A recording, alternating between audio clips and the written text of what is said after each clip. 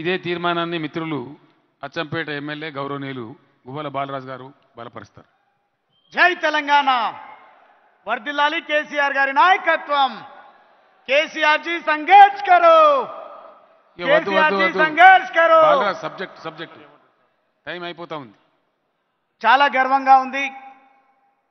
గౌరవ ముఖ్యమంత్రి గారు తెలంగాణ రాష్ట్ర సాధన ఉద్యమంలో మా అందరినీ భాగస్వాములు చేయడంతో పాటుగా మా అందరికీ చట్టసభల్లో అడుగుపెట్టేటువంటి అవకాశం ఇవ్వడంతో పాటు మా వర్గాల అభ్యున్నతి కోసం మమ్మల్ని ఆలోచింపజేసి మేమందరం జై భీమ్ అనే నినాదం భారతదేశ వ్యాప్తం అయ్యే విధంగా ఒక చేసేటువంటి ప్రణాళికలు రూపొందించి ఈరోజు దళిత బంధు అనే పథకాన్ని అమల్లోకి తీసుకొచ్చి భారతదేశానికే ఒక దిశానిర్దేశం చూపించినటువంటి ఈ సందర్భంలో సాండ్ర వెంకట వీరయ్య గారు ప్రవేశపెట్టినటువంటి ఈ తీర్మానాన్ని బలపరుస్తూ మీ అందరినీ కూడా బలపరచాలని విజ్ఞప్తి చేస్తూ భారతదేశ వ్యాప్తంగా ఉన్నటువంటి రాజకీయ పార్టీలన్నీ కూడా ఈ దిశగా ఆలోచన చేయాలని విజ్ఞప్తి చేస్తూ ఈరోజు కేసీఆర్ గారు తీసుకున్నటువంటి ఎన్నో నిర్ణయాలు, మన రాష్ట్ర ప్రభుత్వం అమలు చేస్తున్నటువంటి ఎన్నో సంక్షేమ పథకాలు, అభివృద్ధి కార్యక్రమాల విషయంలో భారతదేశ వ్యాప్తంగా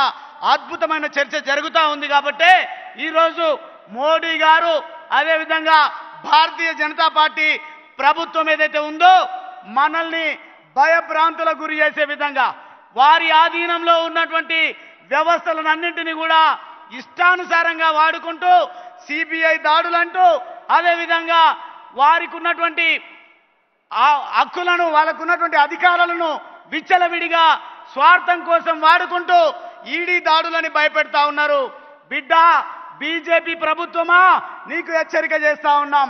తెలంగాణ రాష్ట్ర సమితి, తెలంగాణ సమాజం, భారతదేశంలో మీ అటువంటి ఎన్నో పార్టీలు, ప్రభుత్వాలు తెలంగాణ ప్రజల ఆకాంక్షను ఎక్కడికక్కడ విచ్ఛిన్నం చేసే విధంగా ప్రయత్నం చేస్తే కేసీఆర్ గారి పోరాటం ద్వారా తెలంగాణ రాష్ట్ర సాధన ఉద్యమాన్ని ఉధృతం చేసి కేంద్రంలో ఉన్నటువంటి ప్రభుత్వాల మెడలు వంచి తెలంగాణ రాష్ట్రాన్ని ఎట్లయితే సాధించుకున్నామో కేసీఆర్ గారు కలలు కంటున్నటువంటి ఈ దళిత అభ్యున్నతి కోసం, దళిత జాతి ఉద్ధరణ కోసం ముఖ్యమంత్రి గారు తీసుకొచ్చినటువంటి ఈ దళిత బంధు పథకం భారతదేశ వ్యాప్తంగా అమలు అయ్యే విధంగా ఖచ్చితంగా ఉధృతంగా ఉద్యమాలను కొనసాగిస్తాం.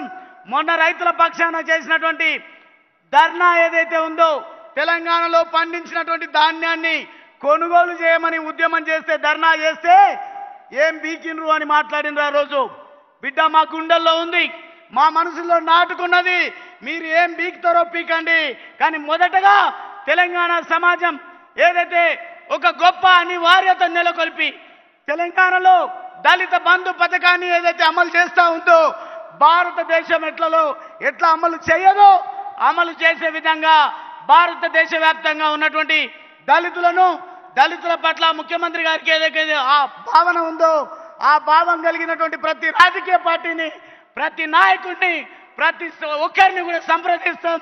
ఇటువంటి పథకాలు, దళిత బంధు అటువంటి పథకం భారతదేశం వ్యాప్తం అయ్యే విధంగా ఒక దళిత యువకుడిగా, ఒక దళిత శాసనసభ్యుడిగా కేసీఆర్ గారు ఇచ్చేటువంటి పిలుపు, కేసీఆర్ గారు చేసేటువంటి పోరాటం, దళిత వర్గాల అభ్యున్నతి కోసం వాళ్ళు తీసుకున్నటువంటి నిర్ణయం వర్ధిల్లే విధంగా కేసీఆర్ గారి వెంట నడుస్తాం.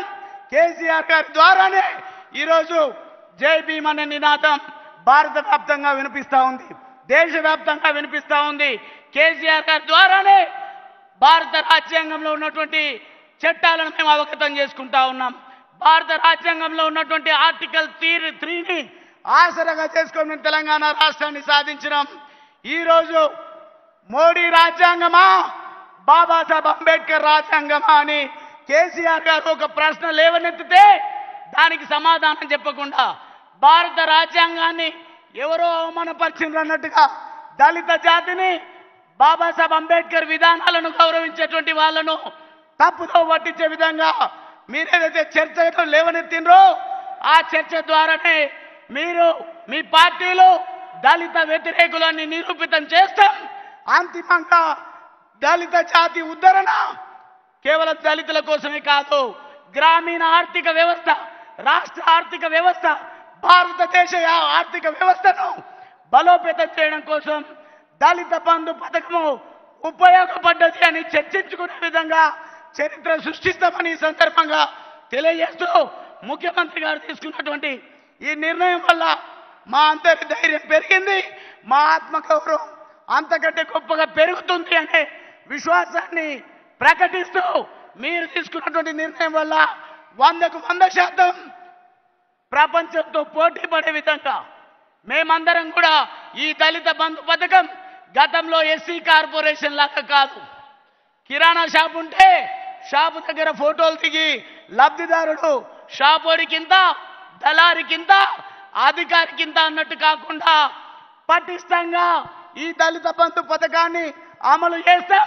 ప్రతి ఒక్కరిని ఆలోచింపజేసి మా ఆర్థిక వ్యవస్థను బాగు చేయడం కోసమే కాకుండా మా ఆత్మ గౌరవాన్ని చాటేటువంటి అవకాశం మీరు ఇచ్చింది కాబట్టి మీ రుణం తీర్చుకునే విధంగా మీరు వేసే ప్రతి అడుగులో మేము అడిగేస్తామని ఈ సందర్భంగా తెలియజేస్తూ మీ నాయకత్వం వర్ధిల్లితేనే, మీరు భారతదేశంలో రాజకీయ వ్యవస్థను శాసిస్తేనే ఇవన్నీ కూడా సాధ్యమవుతామని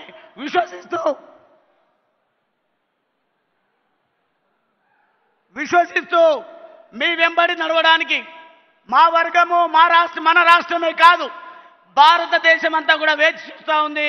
కేసీఆర్ గారి నాయకత్వం రావాల్సినటువంటి అవసరం ఉంది.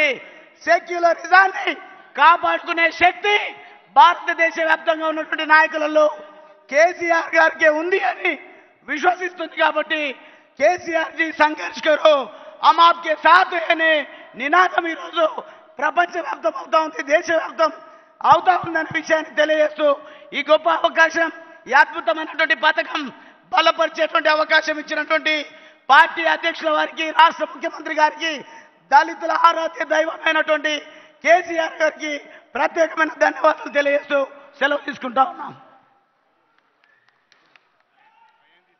ఈరోజు దేశంలో చాలా విచిత్రమైనటువంటి పరిస్థితులు చూస్తూ ఉన్నాం.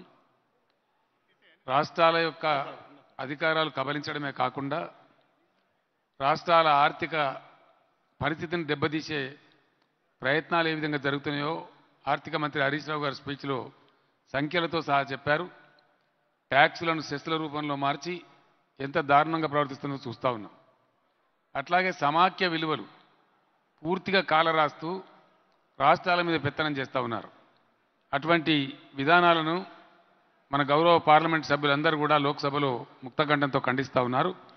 భారత రాజ్యాంగం ప్రతిపాదించిన సమాఖ్య విలువలను కాలరాస్తున్న కేంద్ర ప్రభుత్వ అప్రజాస్వామిక వైఖరికి వ్యతిరేకంగా పోరాడాలని పిలుపునిస్తూ తీర్మానం గౌరవనీయులు ఖమ్మం శాసనసభ్యులు, అదేవిధంగా లోక్సభలో మన నాయకులు టీఆర్ఎస్ పార్టీ నాయకులు శ్రీ నామా నాగేశ్వరరావు గారు ప్రతిపాదిస్తారు.